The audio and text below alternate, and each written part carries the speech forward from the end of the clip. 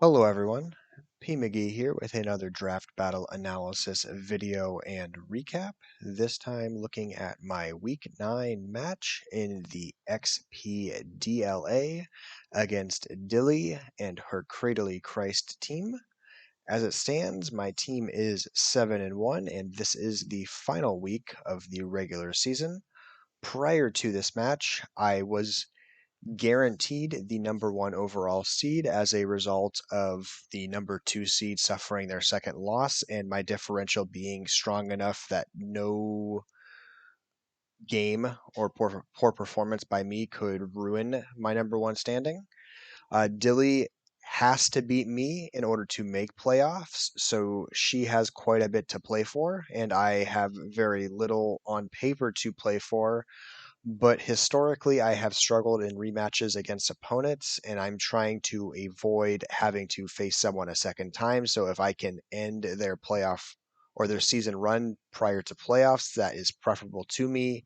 And so I intentionally build a team that is designed to perform as well as possible. This wasn't entirely just slapped together with no regard of how it would play out. I had incentive to win this match. I had incentive to ensure her team, which is particularly scary and potent, did not make playoffs because I feared that I would not be able to overcome her in any sort of second match. And so I wanted to take full advantage of our first head to head and try to see if I can knock her out and then give myself an 8-1 standing for the emotional victory, I guess. So before we get into the match, we're going to take a look at the options that she had available to her, and then the pieces I brought to best address that. So as you can see, she has a very, very scary defensive stronghold with the Celesteela and the Mega Venusaur. Extraordinarily difficult to break those. Venusaur's only weak to Psychic and Flying once it's Mega'd. Celesteela resists both of those. Celesteela is only weak to fire and electric. Venusaur is neutral to fire once Mega evolved and then resists the electric. Then we've got things like the Latios, which can be very defensive, the Empoleon, which can be defensive. And so this team just becomes very difficult to break.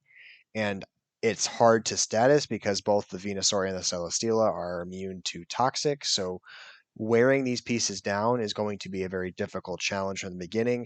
Zero Aura is a specific problem for my team because it outspeeds Dracopult by 1 and has the ability to one-hit KO with knockoff, so it just puts my Dracopult in a very uncomfortable spot where it's not even naturally the fastest thing in play. The Latias, not super scary. In fact, it has a really bad matchup against the Lowland Muck, so I'm not on paper very worried about it, but it could always have some kind of spice. Crocodile, again, has just no way of really breaking Skarmory, so I'm not worried about that. Chandelure causes some issues if I don't feel confident in bringing Blissey because I don't resist its attacks super well. Although, again, a Alolan Muck does shut down Chandelure pretty well. So as long as Alolan Muck is healthy, I can very easily take out Chandelure or Latios with it. And so I'm just trying to look for pursuit trapping on them if they show up and get on the field. Empoleon, not super scary. Just doesn't really have a great way of breaking me. Can't really get past something like Gastrodon all that well. So I'm not overly worried about it, although some kind of toxic shenanigans from it could be problematic. Mega Venusaur, as I mentioned, always going to be a problem for my team. I don't have a Psychic type. My only flying type is very, very defensive. So hitting Venusaur for one of its two super effective options isn't going to be easy for me. Hitmontop, not very worried about it. Doesn't offer a lot against me. Loses really, really hard to Skarmory, and the best it can offer is Rapid Spin to try to stop Spike Sacking, and that's about it. Clefairy, again, no real concern. I'm not too worried about it. Ambipom could be gimmicky with like a fake out last resort kind of shenanigans, but that doesn't get past Skarmory, so again, not worried about it. Really, my main concern is that I can't break the defense, and eventually I will get worn out because Zera Aura can do some damage to the mixed attacker and has that really, really important speed stat. So with all that in mind, what I brought to try to deal with that, Dracopult, opting for a choice band and adamant, because if I can't be the fastest thing on the field, I'm just going to make sure I hit as hard as possible, aiming for that 351 overall speed, which will get me past the 110s, most notably Latias. So I will outspeed the Latias unless it's scarfed. U-turn for pivoting, Psychic Fangs to try to hit Venusaur as hard as possible, Dragon Darts just as overall good stab, and then Thunderbolt to offer some pressure on Celesteela. It's not going to break Celesteela, but it could put a bit of a pinch on it, might force it off the field a little bit. Also offers a way to hit Empoleon for okay damage because the other three attacks aren't very strong hitting on Empoleon. Threw in some special attacks, so it's capable of putting out a little bit of output, but overall, just really meant to be a wall breaker, especially late game if I've been in a position to attack, or if I've gotten Celesteela off the field early, then Dragapult is in a really good position to pressure. Mega Diancie, pretty much just standard 4 attack options. Psychic, specifically for the Mega Venusaur. Moonblast, because it's a good stab option. Earth Power, to offer some important super effective options against something like Zeraora or Empoleon, as well as Chandelure, because Chandelure doesn't really have a great defensive stat, so I don't need the Power Gem to pressure Chandelure very much. And then finally, Mystical Fire is a way of hitting, again, that Celesteela for some super effective damage. The Rotom Heat, max special attack, max speed, just because, again, speed tie with the Latias, need to make sure I'm in speed tie opportunities. The Rotom Heat, opting for heavy duty boots because I see a couple of solid stealth rockers with the Crocodile and the Empoleon, and I expect the stealth rocks could show up, and I don't want to be pressured by them too much. Pretty much max HP, enough speed to outspeed. I believe it was max speed Venusaur, so I was always going to go faster than that. Discharge to fish for paralysis, overheat to do good damage, pretty much against most of the team. Nasty Plot, Pain Split, very standard Rotom Heat that I've been bringing all season, doing pretty much the same standard things, and just trying to be the best way of addressing that Venusaur Celesteela core. So I'm reliant on Rotom Heat to hopefully provide a lot of pressure in this match. The Alolan Muck, pretty much the classic Assault Vest set again. Poison Touch, Pursuit because the Chandelure and the Latias hate that. Knockoff because it bops items. Thunder Punch as a way to, again, pressure that Celesteela as best as possible because my options for that are limited. And then Shadow Sneak as a sneaky way to kind of pick up some KOs on weak Mons that may not expect to it. I did kind of show that card last week against Queen Eileen, so it's not something I expect to be very techy, but I know it has some potential value in case things are weak and I need to remove them from the field. Skarmory, pretty standard set. Spikes, Whirlwind, Brave Bird, Roost. Whirlwind specifically in case I worry something like Celesteela wants to set up on me. This way I can force it out on something like an Automize or a Meteor Beam. Some kind of way it might be trying to go into sweep mode. I can force it out with the Skarmory and keep things rotating around. And then if I get the spikes out, then I can go for some spikes damage as well from all of that. So trying to see what I can do there. And then Brave Bird as my, again, best option for pressuring Mega Venusaur. I'm not in a position to do damage to Celesteela, which is why the Whirlwind is really critical. Finally, Gastrodon, very especially defensive as a way to ensure Zeraora isn't in a position to destroy me with Grass Knot. Storm Drain, just to minimize any potency from the Empoleon if the Empoleon were to show up. Recover, Scald, Earthquake, and then Yawn, because otherwise I do absolutely nothing to the Mega Venusaur, and I am just switch-in fodder for that. So I can go for predictive Yawns on a Mega Venusaur switch-in to force it out, and if I'm able to get spikes down, then I'm able to keep pressuring the Mega Venusaur in and out of the field because it's not in a position to want to go to sleep. If it goes to sleep, it's really limited on its effectiveness, and I can do a lot with that. And so I'm trying to fish for those. And an Earthquake over Earth Power in case the Zeraora decides to try to go for a Calm Mindset. At least Gastrodon doesn't lose its potency as an attack option with the Earthquake, and I can force it out or pretty much KO it quickly. So that's the team I brought. That was generally what I was aiming to do, trying to find a way to break his defensive core because I wasn't super worried about him breaking mine. It was kind of a situation, or I'm sorry, her. It was a situation in which neither of us had good ways of getting past the other side's defensive core. And so we were just looking for a way around that. I feel okay about the Dracopult Diancie. I know will be effective if I can get it on the field safely. Rotom Heat has a lot of potency, and then the Muck is again going to be entirely dependent on if they aggressively bring some things they honestly shouldn't bring, because Latias and Chandelure struggle really heavily against Alolan Muck, and so I've punished all season long with Pursuit Trapping, and I will continue to do that if opponents continue to bring things that can get punished easily by that. And from the team preview, you can see that both Chandelure and Latias do show up, which is a really good thing for Alolan Muck. Really gives him a good position to pressure in this match, and so I'm very happy to see that. No large surprises here. Pretty much everything in their top six shows up except for the Empoleon. Empoleon could have showed up, but it has a really tough matchup against things like Gastrodon or Rotom Heat, and so I wasn't overly expecting it to show up. But it not being there was no big deal in the end for me because it does take off one of the defensive pieces that I was going to struggle to break, and so I was happy to see that replaced by what looked like a more offensive aiming team with something like Chandelure sitting around. And I know Chandelure has something like Energy Ball, almost certainly packing Energy Ball, so I know Gastrodon's not truly an answer to Chandelure, but I have ways of dealing with that as long as Muck stays healthy. So we'll play this game. I'm going to play it at normal speed for the moment. I opt for a Dracopult lead just because I liked my ability to scout generally. I didn't think Zeraora would lead because Zeraora doesn't really pressure as long as Rotom Heat's around. I am worried turn one that the Celesteela is just going to go aggressively for a automized sweep. Again, this comes down to the week in the season we're in. We're at week 9.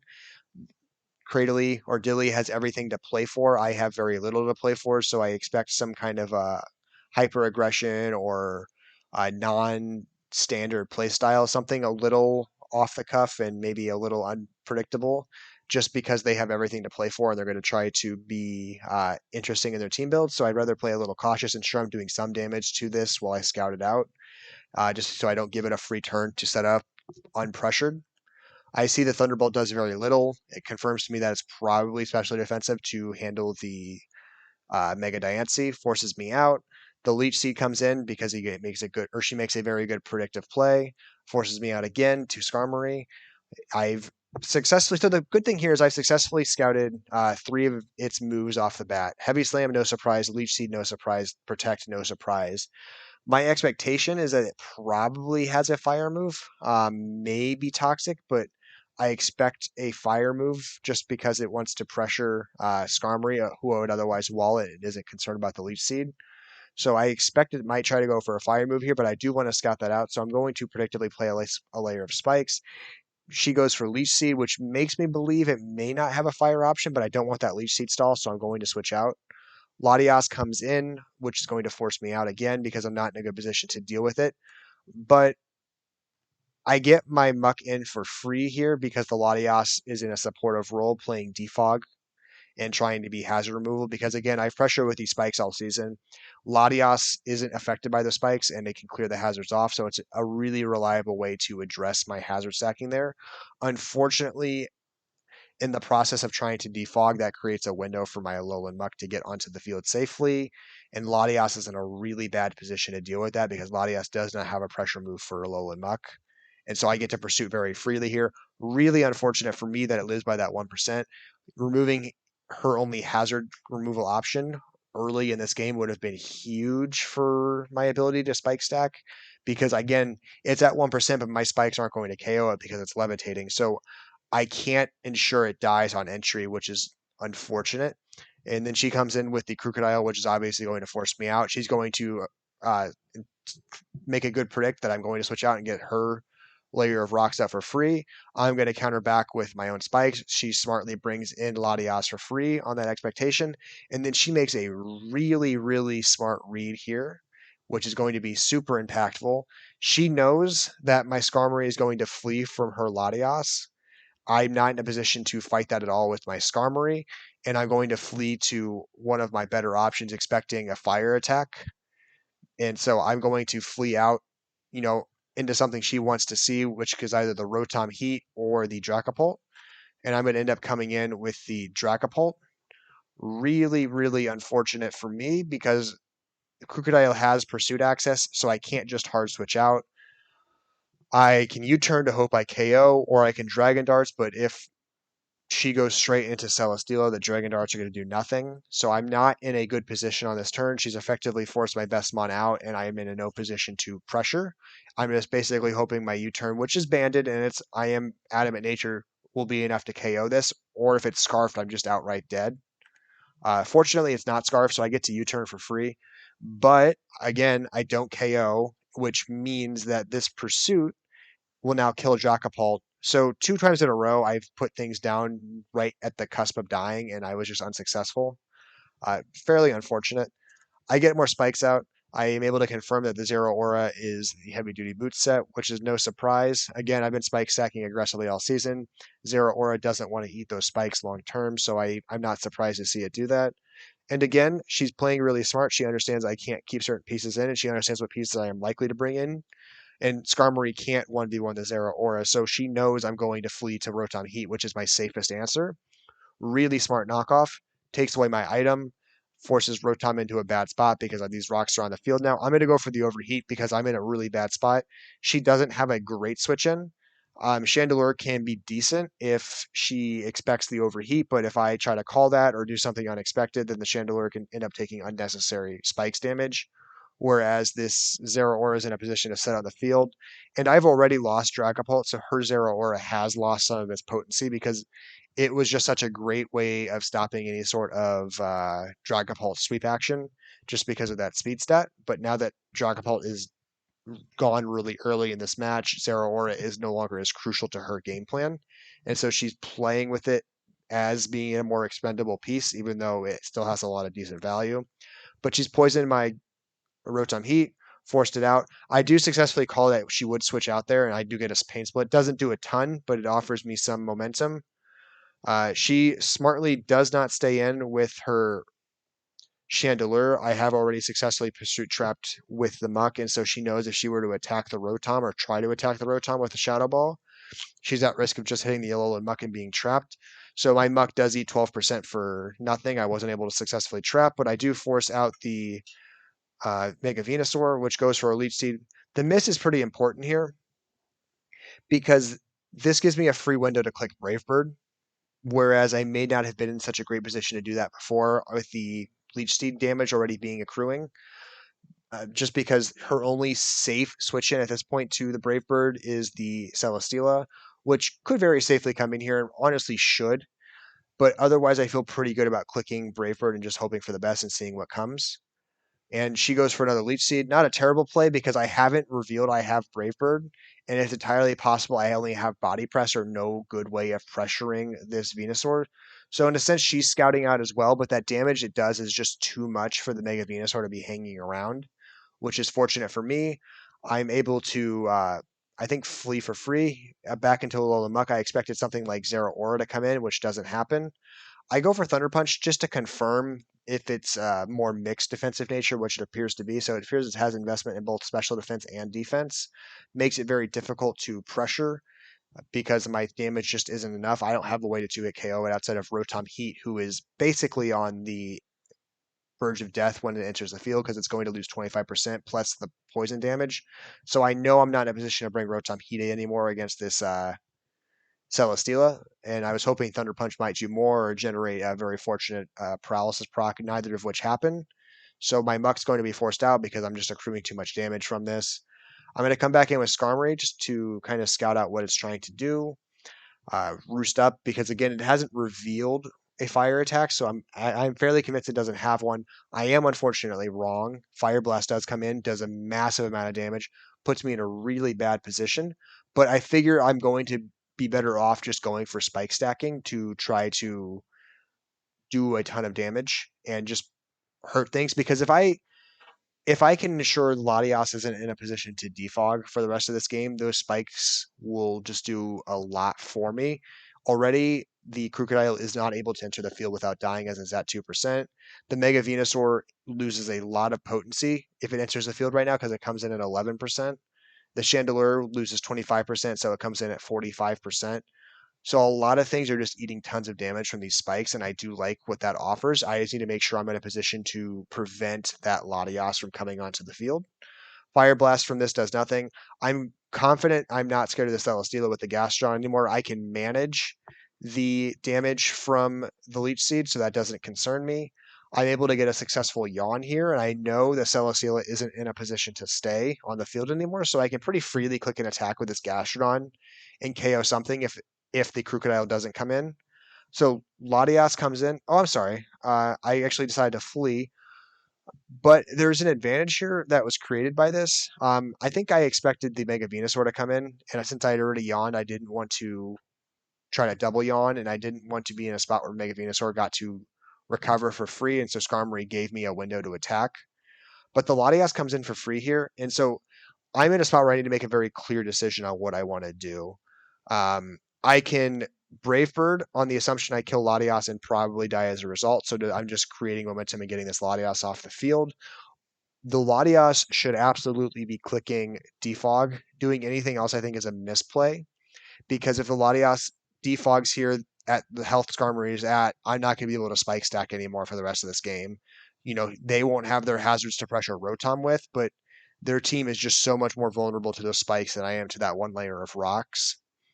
And so I think the safest play for them is to remove my Skarmory rather than, or not remove my Skarmory, is to defog and let Skarmory do whatever Skarmory is going to do.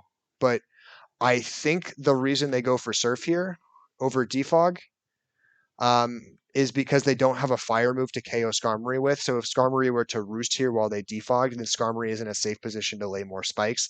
My guess is that they did not carry Mystical Fire this game or Thunderbolt, and so it was either KO Skarmory here or not be able to defog at all. And then they KO Skarmory. It looks like a bad position for me right now because I'm down to 4, they're down to 6, but the very, very fortunate thing about the Shadow Sneak here is that I get to come in with a Alolan Muck. I've already pursued this Latias this game, so this Latias is aware I may very well click Pursuit. There's no reason for the Latias to try to flee on an unexpected pursuit. So what they're going to try to do, and I'm going to successfully call, is that they're going to try to stay in and click Defog just to clear those hazards.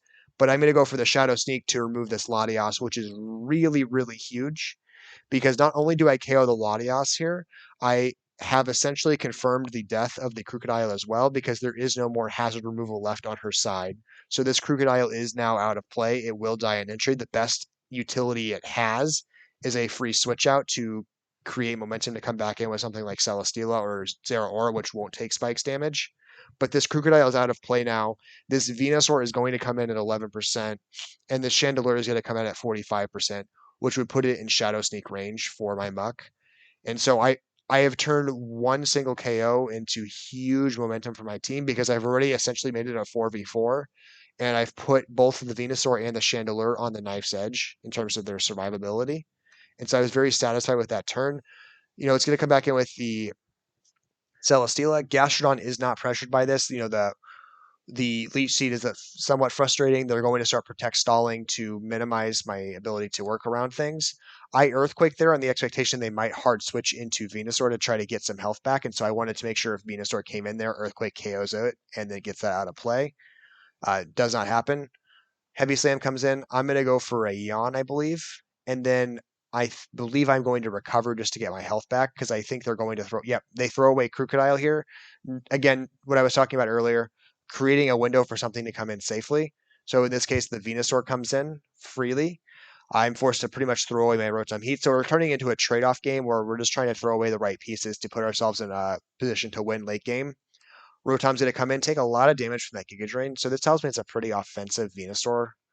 The unfortunate thing about that is it gets to 20%, which is reliably out of my Shadow Sneak range for the Alolan Muck, because this forces my Diancie and my Diancie to Mega Evolve and do something where I might have been able to come in with Alolan Muck and click Shadow Sneak before.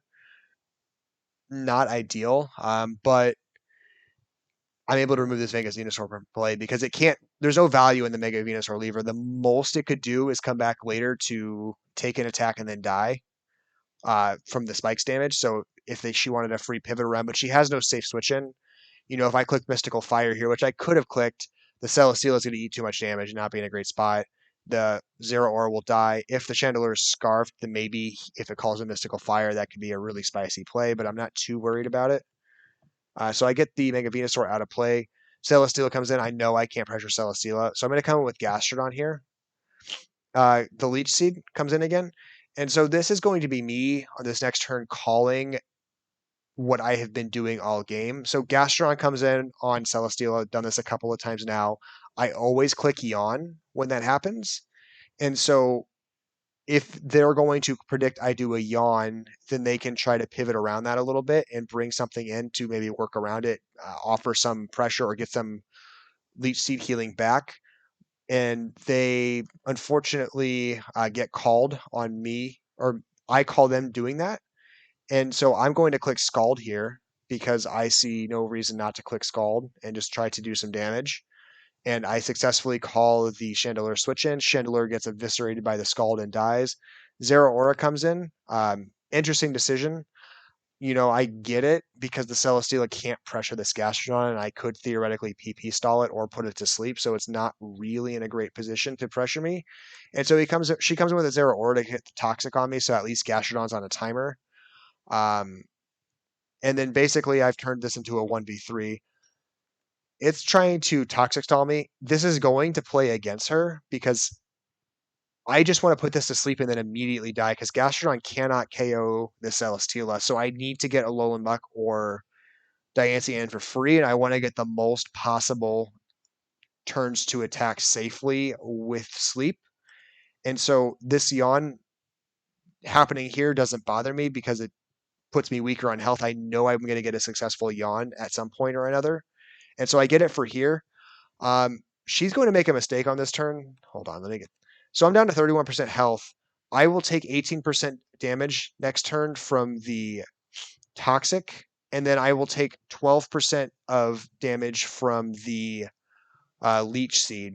This will not KO me, and this will buy her an extra turn of me waiting for Gastrodon to die and not being able to attack with one of my offensive options. What she should be trying to do here is clicking either Leech Seed or Protect. She should not be attacking the Gastrodon because it is to her advantage for the Gastrodon to stay alive and not die to the Toxic Leech Seed this turn, because that minimizes my ability to come in and attack with my offensive options to try to break the Celesteela, because it's really quite nearly in a position to wall me out. But unfortunately for her, she attacks, which is great for me. Ensures Gastrodon's going to die on the same turn the Celesteela falls asleep, which gives me maximum amount of turns to attack with my offensive pieces. I don't recover for the reasons I've already explained. I want this Gastrodon to die as the Celesteela falls asleep so I can pressure with offense and just try to break it while it's sleeping. And so my Gastrodon goes out of play. Really, really fortunate for me. So I'm going to get the maximum amount of turns with the Alolan Muck. I opt for a Alolan Muck because I need to knock off those leftovers and minimize the amount of turn or the amount of health it's getting back. I know it probably is going to do slightly less than Thunder Punch, but the knockoff is really, really crucial to ensure that the Celesteela isn't getting health back. It gets 2 turns of sleep, really big for me. And so at this point, I don't think it matters what it does. I got in 2 turns of sleep. If it heavy slams and KOs me, and it's a special defense nature that's max special defense, that might matter. I think it's a more mixed one, but it's asleep for the 3rd turn, so it's irrelevant. So Celesteela goes down to Alolan at the end. Ultimately, that was just me playing to my win conditions as we got to late game. I saw very early where her defog option was. I worked very hard to remove that. I got a really good opportunity when she sacked my Skarmory with Surf to get that free kill with Muck, just because I knew she couldn't safely retreat from my Alolan Muck due to pursuit threats, and got a very useful utility out of Shadow Sneak yet again this week. So all in all, very happy with my Rainbow Sludge Boy. I have once again failed to do anything productive with Dracopult, so maybe he will show up in playoffs. I am quite convinced I am the worst pilot of Dracopult that's ever existed in a draft league that had a successful team. I don't think Dracopult has ever done worse on a successful team than it has with me. So um, that is probably not a mon I should be drafting in the future, but I will draft this Rainbow Sludge whenever I see him.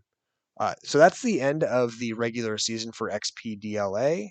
I finished the season at 8-1, a positive 32 differential, I believe. Secures the first overall seed. So I go into a bye week while I wait for the winner of Queen Eileen, who I played the week prior with the Mega Garchomp Zaru Tapu Koko team, against June or Sprite. I can't remember what their name was. We did not meet in regular season. I am very intrigued by the possibilities of our matchup, so I am fairly. I would much prefer to play them just because I got a very favorable early game against Queen Eileen, and the rematch does not bode well for me. So I would prefer to avoid that if possible. But I will happily play whoever my opponent is. And then if I win that, I would advance to the finals for this season. So stay tuned for that.